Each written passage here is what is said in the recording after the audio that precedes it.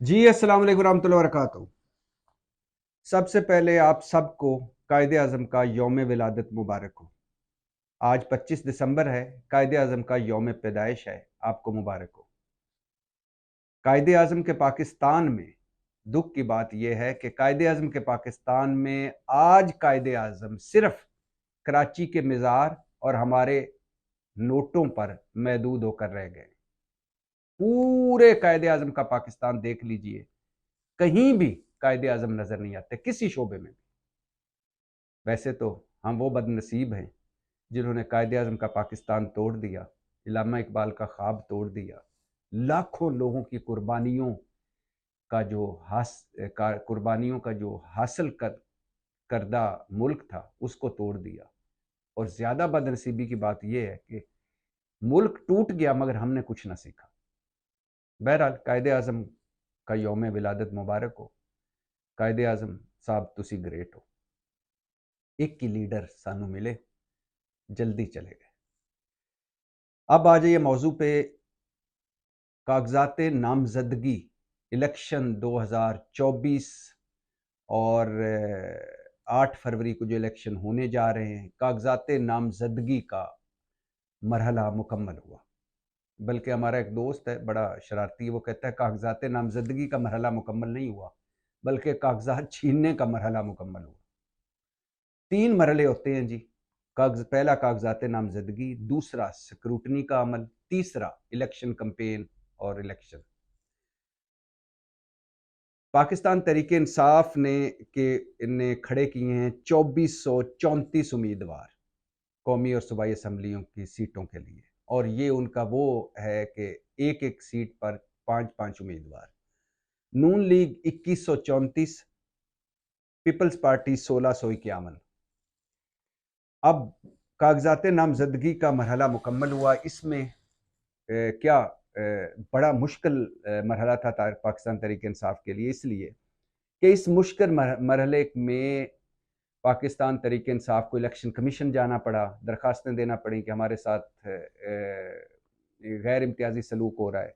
इस मुश्किल मरहले में हाई कोर्ट उन्हें जाना पड़ा, सुप्रीम कोर्ट जाना पड़ा, और फिर सुप्रीम कोर्ट में जो समाअत हुई उसमें सुप्रीम कोर्ट के रिमार्क्स सुन लीजिए जज साहबान के कि अतर मिनल्ला साहब कह रहे हैं, जस्टिस अतर मिनल्ला, कि उस्मान डार की वालदा के साथ जो हुआ, निगरान हुकूमत और इलेक्शन कमीशन ने कुछ नहीं किया।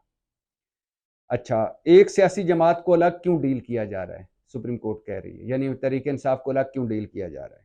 कोई भी आप पर एतमाद नहीं करता, आपका कंडक्ट साबित कर रहा है कोई लेवल प्लेइंग फील्ड नहीं है।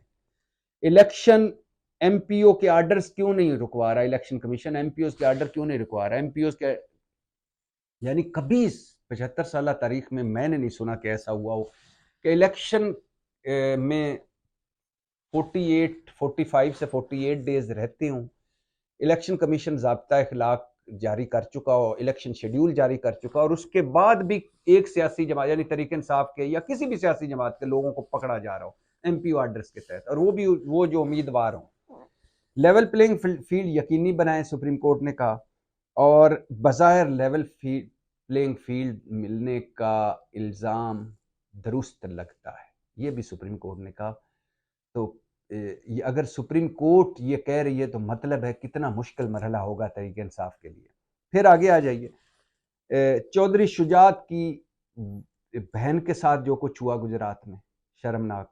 उस्मान डार की वालदा के साथ तो 2 मरतबा जो कुछ हुआ शर्मनाक, चौधरी शुजात की बहन के साथ जो कुछ हुआ, परवेज लाई की एहलिया के साथ जो कुछ हुआ शर्मनाक, यास्मीन राशिद का शौहर, हाफजाबाद के भट्टी बिरादरान, मतलब कहीं उम्मीदवार गिरफ्तार तो कहीं तजवीज़ कुनंदा गिरफ्तार, कहीं तायद कुनंदा गिरफ्तार तो कहीं आरओ का रिटर्निंग अफसर का दफ्तर बंद, कहीं कागजात नामजदगी मिल नहीं रहे, कहीं कागजात नामजदगी जमा नहीं हो पा रहे, और कहीं बैंक फीस नहीं जमा कर रहा, और ये सारे का सारा सिर्फ तहरीक इंसाफ के लिए, बाकी किसी के लिए नहीं।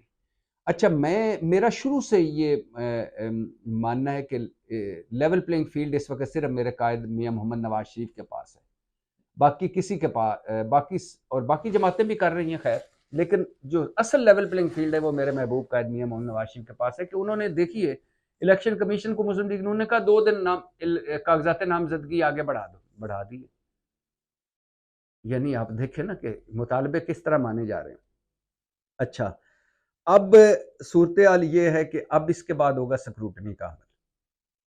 بہت سارے تحریک انصاف کے جو سیاستدان ہیں، جو مین سٹریم سیاستدان ہیں، وہ انہوں نے جیسے اسد عمر ہے وہ کھڑے ہی نہیں ہوئے، علی نواز اعوان ہے، علی زیدی ہے، خسرو بختیار کے بارے میں سنا ہے کہ نہیں کھڑے ہو رہے، صداقت عباسی، شاہد خاقان عباسی، عثمان ڈار وغیرہ وغیرہ، بہت سارے لوگ ہیں جو الیکشن میں کھڑے ہی نہیں ہو رہے، بہت سارے ہیں جو استحکام پاکستان پارٹی کی طرف کھڑے ہو رہے ہیں، بہت سارے ہیں جو پرویز کھٹک گروپ میں چلے گئے ہیں، اور بہت سارے روپوش ہیں، اور بہت سارے جیل و حوالاتوں میں ہیں، تو بہت سارے نئے چہرے ہیں۔ اب صورتحال کیا ہے؟ پہلے مرحلے سے جو بچ گئے ہیں تحریک انصاف کے لوگ، اب وہ سکروٹنی میں ان میں سے کئی نکلیں گے۔ پھر اگلا مرحلہ آئے گا الیکشن کمپین میں، اور الیکشن کمپین تب چل پائے گی اگر پاکستان تحریک انصاف کو بلہ ملے گا، اور بلے کا انتخابی نشان اگر مل گیا تحریک انصاف کو، اور الیکشن کمپین کیا اس کو کہتے ہیں، آگے اگر الیکشن کمپین سے آنے سے پہلے، کیونکہ 10 فروری یا 13 فروری سے پہلے بلے کا انتخابی نشان ہر صورت میں تحریک انصاف کو ملنا چاہیے۔ تحریک انصاف ہائی کورٹ کے، اس کے پاس آپشن ہے ہائی کورٹ کے اور سپریم کورٹ کے۔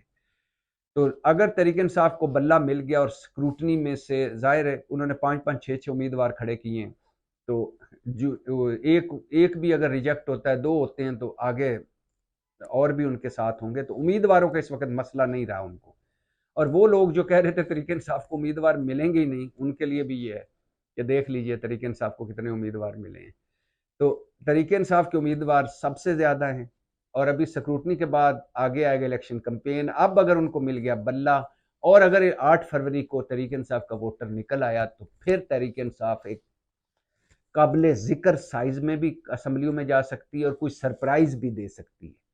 لیکن اگر بلے کا انتخابی نشان نہیں ملتا، تو پھر سب سے بڑا مسئلہ یہ ہوگا کہ نشان ڈھونڈ کر مور لگانا۔ ہمارے ہاں آپ کو تعلیم کا لیول آپ کو پتہ ہی ہے کہ پڑھے لکھے لوگ سینٹ میں چیئرمین سینٹ منتخب کرتے ہوئے ووٹ خراب ہو جاتے ہیں، مسترد ہو جاتے ہیں۔ قومی اسمبلی میں سپیکر یا وزیر اعظم کو منتخب کرتے ہوئے ووٹ ہم مسترد کروا بیٹھتے ہیں، مور کہیں لگانی ہوتی لگا کہیں جاتے ہیں، نیچے عوام کو تو چھوڑیں۔ تو ایک تو یہ ہوگا کہ ڈھونڈ کر، پھر ظاہر نشان بلہ نہیں ہوگا، تو ڈھونڈ کر امیدوار کا نشان کہ فلاں امیدوار جو اس کا کون سا نشان ہے، اس پر پھر مور لگانی پڑے گی۔ اور دوسرا، پھر ایک حلقے میں 5 امیدوار بھی کھڑے ہو سکتے ہیں کہ میں بھی تحریک انصاف کا ہوں، میں بھی تحریک انصاف کا ہوں، تو ووٹ ڈیوائیڈ بھی ہو سکتا ہے۔ پھر تیسرا یہ بھی ہو سکتا ہے کہ وہ جوش اور ولولہ نہیں ہوگا جو بلے کے انتخابی بلہ مل جائے تو ہوگا۔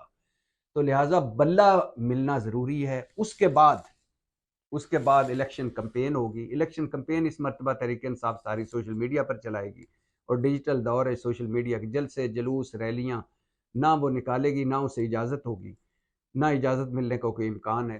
کچھ چند ایک ہو سکتا ہے چند جگہوں پہ، لیکن زیادہ تر سوشل میڈیا پہ ہے، اور بلے کا انتخابی نشان مل جاتا ہے تو پھر کوئی بھی سرپرائز تحریک انصاف دے سکتی ہے۔ پاکستان زندہ باد۔